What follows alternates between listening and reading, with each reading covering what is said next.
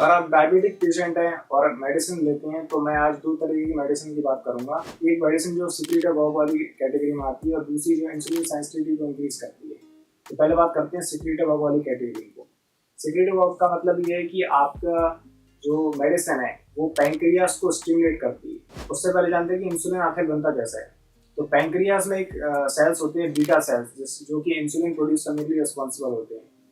अब ये सिक्रीटागॉग जो है ये मेडिसिन उसको फोर्स करती है बीटा सेल को इंसुलिन बनाने के लिए। जब आप लॉन्ग टर्म तक मेडिसिन को लेते हो तो इंसुलिन बार बार निकलता है, जिससे कारण से इंसुलिन रेसिस्टेंस भी ज़्यादा बढ़ जाती है और एक टाइम के बाद आने के बाद बीटा सेल्स फेल हो जाते हैं इंसुलिन को निकालने में, यानी कि बीटा सेल फेल हो जाता है। इसके बाद आप अगर कितना भी डोज बढ़ा लोगे इसका तो भी ये बीटा सेल्स फेल हो जाती हैं इंसुलिन को निकालने में। दूसरी मेडिसिन की मैं बात करूंगा जो कि इंसुलिन सेंसिटिविटी को बढ़ाती हैं और कैटाबॉलिज्म को इनहिबिट करती है।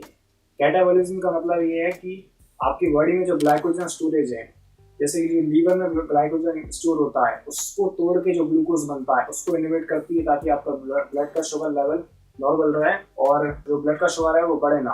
दूसरा ये करती है इंसुलिन की सेंसिटिविटी को इंक्रीज करती है, यानी कि इंसुलिन रेसिस्टेंस को कम करती है। तीसरा ये काम करती है ग्लूकोनियोजेनेसिस को इनहिबिट करना। ग्लूकोनियोजेनेसिस एक प्रोसेस है जिसमें कि आपका जो लीवर है वो नॉन कार्बोहाइड्रेट सोर्स से ग्लूकोज को बनाता है। अगर ग्लूकोज बनेगा तो आपका जो ब्लड शुगर लेवल है वो हाई रहेगा और पैंक्रियास को स्टिमुलेट नहीं करती है इंसुलिन निकालने के लिए। तो ये काफी सेफर ड्रग है।